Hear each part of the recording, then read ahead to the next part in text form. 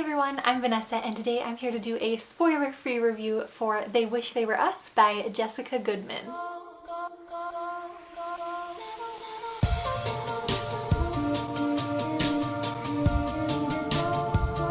I received a free digital ARC from Penguin Teen through NetGalley, so thank you so much to Penguin Teen for sending me an ARC. I noticed that my last two book reviews were for books that I didn't like and they were kind of like ranty and negative, so I thought I would break that habit and review a book that I actually did like. So like I said, is a murder mystery kind of. It's set at a prep school, like a really elite prep school. It gave me really big Pretty Little Liars vibes, so if you like Pretty Little Liars, I would definitely recommend this for you. And basically what's going on is that at this elite prep school, there is a group, kind of a club, what I could only describe as like a high school secret society. It's called The Players, and basically you have to be invited to join it, you know, if the upperclassmen think that you are worthy or cool enough to be in the group, and you have to go through like this whole initiation process. But once you're in the group, basically what it does for you is it just bestows like gobs of privilege. They have access to like test questions and study guides and like off the record advice from like college admissions people. Things are just served to you on a silver platter at this point. However, this group does kind of have a dark side, like a shady side, because there are, like I said, just these initiation hazing rituals that you have to go through to get in,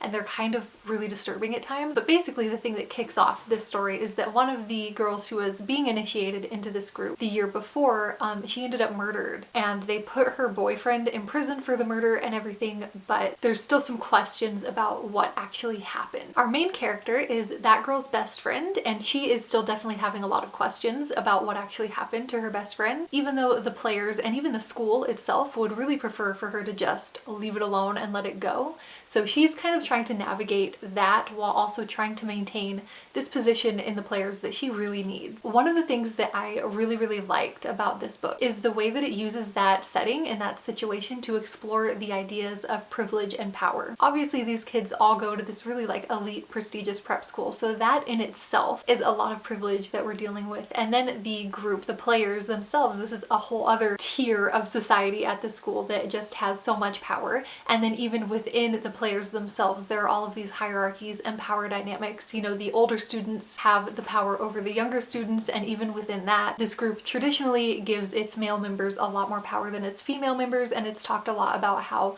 you know, girls who are getting initiated into this group often have to go through a lot worse things than the boys do, and that the hazing that the girls get is definitely sometimes of like a creepy and abusive nature. And our main character, she's actually at this prep school on scholarship because her family is not wealthy, and that in itself is another power dynamic as well. So I really enjoyed the way that this book explored, you know, the ways that power corrupts people, the way that power controls people, the way that power will always protect the status quo and the way things are, and vice versa. The status quo protects the positions of power that are already in place. I thought that there were a lot of really thoughtful moments in this book that really conveyed just how difficult it becomes, even for people who have the best intention. It becomes almost impossible to do that when the systems that are in power are constantly reinforcing themselves just by existing. I think the only thing that I didn't really like in this book was the pacing, because for the first, I would say about half of the book, we're not even really touching on the murder mystery aspects. We're just focusing on like high school, prep school drama,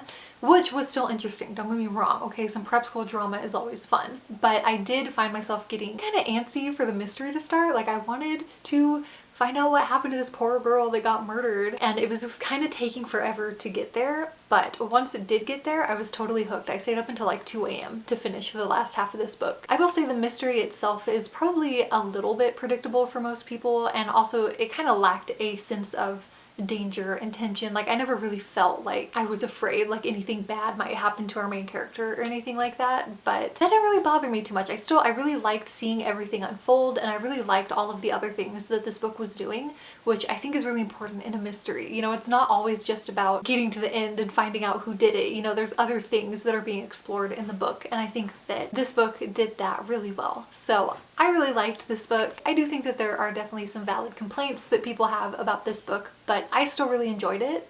and I would still recommend it because I thought it was really interesting. So that is pretty much everything I have to say about They Wish They Were Us by Jessica Goodman. Again, this book is out today, so it is available for everyone to read, and thank you again to Penguin Teen for letting me review an arc of this book on NetGalley. I hope that this review was helpful to you, and I hope you enjoyed the video. Thank you so much for watching, and I hope I get to talk to you soon.